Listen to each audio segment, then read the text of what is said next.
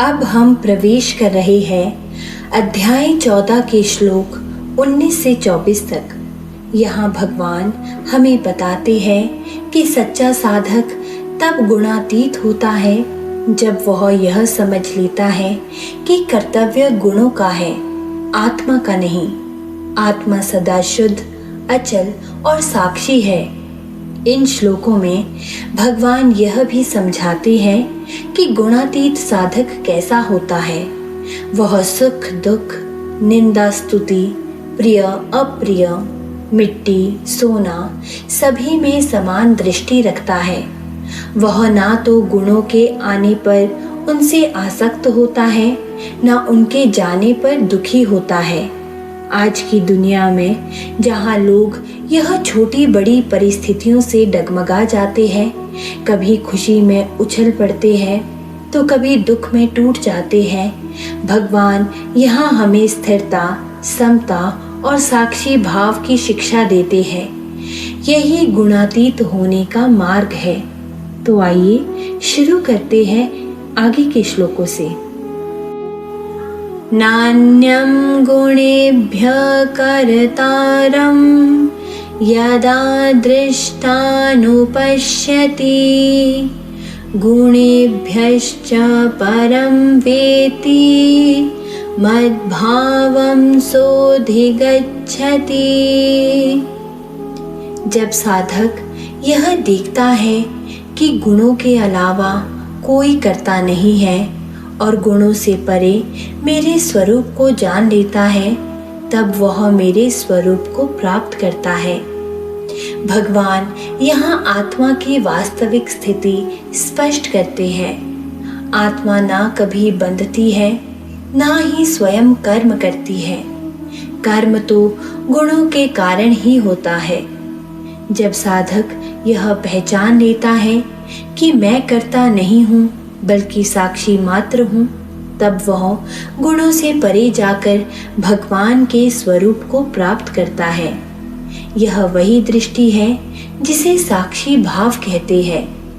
जीवन में हर स्थिति को साक्षी भाव से देखना सीखो। यही गुणों से मुक्ति का मार्ग है। गुणानेतानतीत्य त्रिन्देहि देह समुद्भवान् जन्म मृत्यु जरा दुःखे विमुक्तो मृतमश्नुते। जब अंतर्निहित आत्मा इन तीनों गुणों से ऊपर उठ जाती है, तब वह जन्म मृत्यु जरा और दुख से मुक्त होकर अमृत को प्राप्त करती है। तीन गुण ही जन्म मरण के चक्र का कारण है। गुणों से पार जाना मतलब है किसी भी स्थिति में साक्षी भाव और निष्कामता बनाए रखना। ऐसा साधक फिर कभी बंधन में नहीं आता। उपनिषदों में कहा गया है, यो वे भोमा तत्सुखम।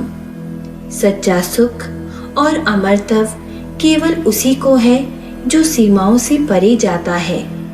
जीवन का परम लक्ष्य है गुणों से ऊपर उठना। यही जन्म मरण के चक्र से मुक्ति है।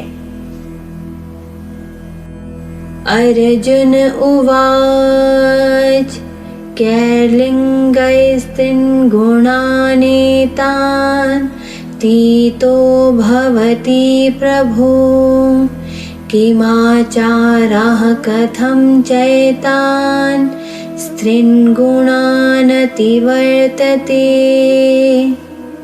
अर्जुन ने पूछा, हे प्रभु, किस लक्षण से समझा जा सकता है कि कोई इन तीन गुणों से ऊपर उठ गया है? उसका आचरण कैसा होता है और वह गुणों से कैसे पार जाता है? यहाँ अर्जुन वही प्रश्न पूछते हैं जो हर साधक के मन में उठता है। गुणातीत व्यक्ति के लक्षण क्या है, उसका व्यवहार कैसा होता है और वह साधना कौन सी है जिससे गुणों के पार पहुंचा जा सके? यह प्रश्न हमें भी भीतर झांकने के लिए प्रेरित करता है कि हमारी साधना का वास्तविक लक्ष्य क्या है। सही मार्ग वही है जो गुणों से परे ले जाए। हमेशा पूछो, क्या मैं सच में स्वतंत्र हूँ या अभी भी गुणों में फंसा हूँ। श्री भगवानुवाच प्रकाशं च प्रवृत्तिं च मोहमेव च पाण्डव न द्वेष्टि संप्रवृत्तानि न निवृत्तानि कांक्षति। भगवान बोले, हे पांडव, जो व्यक्ति गुणों के प्रभाव में आए प्रकाश यानी सत्व, प्रवृत्ति, रजस और मोह, तमस को ना तो द्वेष करता है और ना ही उनके हट जाने पर लालसा करता है, वही गुणातीत है। गुणातीत साधक की पहली पहचान है समानता और संतुलन। वह ना तो किसी गुण से घृणा करता है और ना ही उससे आसक्त होता है। वह समझता है कि ये सब गुण प्रकृति के हैं, आत्मा के नहीं। यही स्थिति समत्व योग है, जिसे गीता बार बार बताती है। अच्छी स्थिति में आसक्त मत हो, बुरी स्थिति में घृणा मत करो। संतुलन ही मुक्ति की कुंजी है। उदासीन वदासीनो गुणैर्यो न विचाल्यते गुणा वर्तन्त इत्येवं यो अवतिष्ठति निंगते। जो साधक निरपेक्ष और उदासीन की भांति स्थित रहता है, गुणों से विचलित नहीं होता और यह जानता है कि गुण ही कार्य कर रहे हैं, वह अचल रहता है। यहाँ उदासीन वद का अर्थ है निस्पृह होकर साक्षी भाव से जीना। गुणों के उतार चढ़ाव आते जाते रहते हैं, पर आत्मा उन्हें देखती रहती है। यही स्थिति गहन ध्यान और साधना से आती है। ऐसा साधक जीवन में स्थिर और अडिग रहता है। परिस्थितियां उसे डगमगा नहीं पाती। सम दुःख सुखाः स्वस्थाः समलोष्टाश्म काञ्चनः तुल्य प्रिया प्रियो धीरस् तुल्य निंदात्म संस्तुतिः। जो सुख दुख में समान रहता है, भीतर से स्वस्थ और स्थिर होता है, मिट्टी पत्थर और सोने को एक समान मानता है, प्रिय और अप्रिय में समान रहता है, निंदा और स्तुति में समभाव रखता है, वही गुणातीत है। यह श्लोक गुणातीत साधक के जीवन का चित्रण है। वह बाहरी भेदभाव से परे होता है। उसके लिए सुख दुख, निंदा स्तुति, हानि लाभ सब समान है, क्योंकि उसकी दृष्टि आत्मा पर टिकी होती है, न कि बाहरी परिस्थितियों पर। यह वही अवस्था है जिसे योग शास्त्र समत्वम योग उच्यते कहता है। जब जीवन की हर विपरीत परिस्थिति में आपका मन स्थिर रहे, तभी आप सच में स्वतंत्र हो।